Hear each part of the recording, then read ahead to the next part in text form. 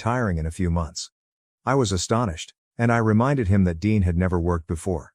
He'd spent the last year figuring himself out and exploring, so he was unskilled and unqualified for the job. And then my uncle told me that presumably, this is where I come in, because since I'll be mentoring him, he won't have anything to worry about. So it is not as if I am no longer needed in the organization.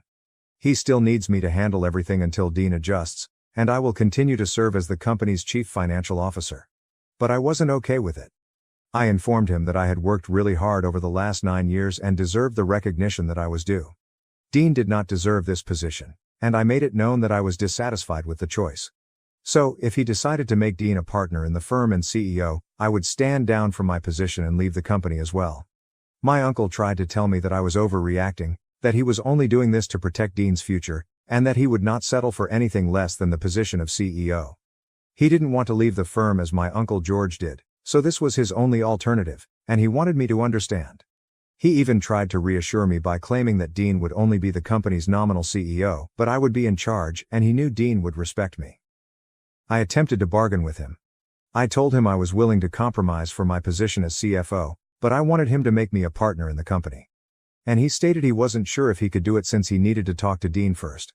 But I didn't care. I'd put in the effort, and I wanted to be CEO and partner, or even simply a partner. So he could do it or I'd leave. It was an ultimatum. When my uncle and I got into a debate over this, he eventually informed me that we lived in a free nation, so I could do whatever I wanted. But his mind was already made up. He had also addressed this with the board members, and he planned to make his announcement within the next few days. His mind was set up, and I had two options. Cope with it or leave as I had promised. It was a difficult day for me to find out where I stood with my uncle, because I had always assumed we had a wonderful connection. But plainly, when it came to our working connection, I had misjudged our closeness. It's not surprising either. Dean has always been privileged, so I'm not surprised that my uncle selected him over me. This is his flesh and blood, so I could never compete. Anyway, I was really furious by the outcome, and my mother suggested that I get a lawyer and pursue them legally. But I did not want to do that. Instead, I devised a better strategy that would thoroughly irritate them. I'm sure most of you can guess what I did next, but for those who don't, I sent an email to my Uncle George that day. I briefed him on everything that had occurred and stated that I would be willing to work for him right now if he wanted me to. I didn't want to sit around and mope over what I had lost. The only thing on my mind right now was getting back at my uncle, so I didn't think twice about contacting Uncle George. He responded to me within 24 hours. He stated that he was prepared to offer me the position of Chief Financial Officer and that he would be willing to elevate me to Chief Executive Officer in a few years after his retirement. He had agreed to my terms for making me a partner in the firm since I was willing to tell him everything I know about my company to help him succeed. So we actually got to meet in person a few days ago, and it was a lot of fun. I just had to shut him out of my life because my parents and the rest of my family requested it, but aside from that, I've never had a negative connection with Uncle George. In fact, he had always been the fun uncle, and we were very close until I was 15 years old. But then the feud occurred, and he was isolated, and I never spoke to him again, until today. When I was little, I was never informed exactly why Uncle George broke away from the family. Even now, when I met him, he refused to discuss it. But it was his decision, and I needed to respect it. However, he told me that he was amazed that Uncle Blake had pulled off something like this since, when my father was alive, he would never have attempted such a thing. Anyway, he was pleased that it had worked out in his favor, and he expressed his desire to have me on board because he had only heard positive things about me. They had maintained a close eye on us and our business because they were our main competitors. He stated that he was aware of my significant contributions to the company and was excited to have me on his side this time. He also told me that, unlike Uncle Blake, he did not have any children, so I had nothing to worry about there either. We finished everything, and I resigned the same day. Uncle Blake seemed unaffected by my resignation. I texted him formally to inform him that I would not be present for the next 2 weeks, as he had stated unequivocally that the company would function perfectly without me. He assured me he was fine with it and that he already had replacements lined up, so I didn't have to worry about my job. And that was all. I didn't speak with him after that. However, yesterday Uncle George and I finally shared a photo together to honor the fact that I was now joining him. I went out to dinner with the team to meet and talk with a handful of other upper-level executives in his organization before starting work with them. To say that my family is currently crashing and burning would be an understatement. Because ever since I posted yesterday night, I've been inundated with text messages, voicemails, and phone calls. I haven't responded to anyone, but I can sense that people are upset.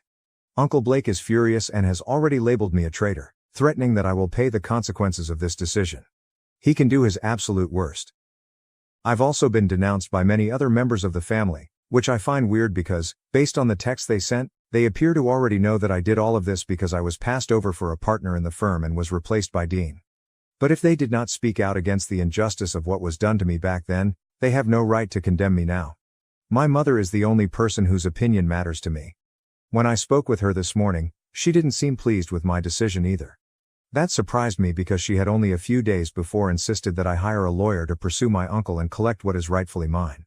But now she believes I've gone too far. She told me that there is a lot of history with Uncle George that I am unaware of, and she does not believe it is suitable for me to know. That was pretty frustrating because if they weren't going to tell me why Uncle George had been excluded from the family, I don't think I could decide whether or not to trust him. And, as a mature woman, I believe I am capable of handling the truth, and they should not be afraid of me.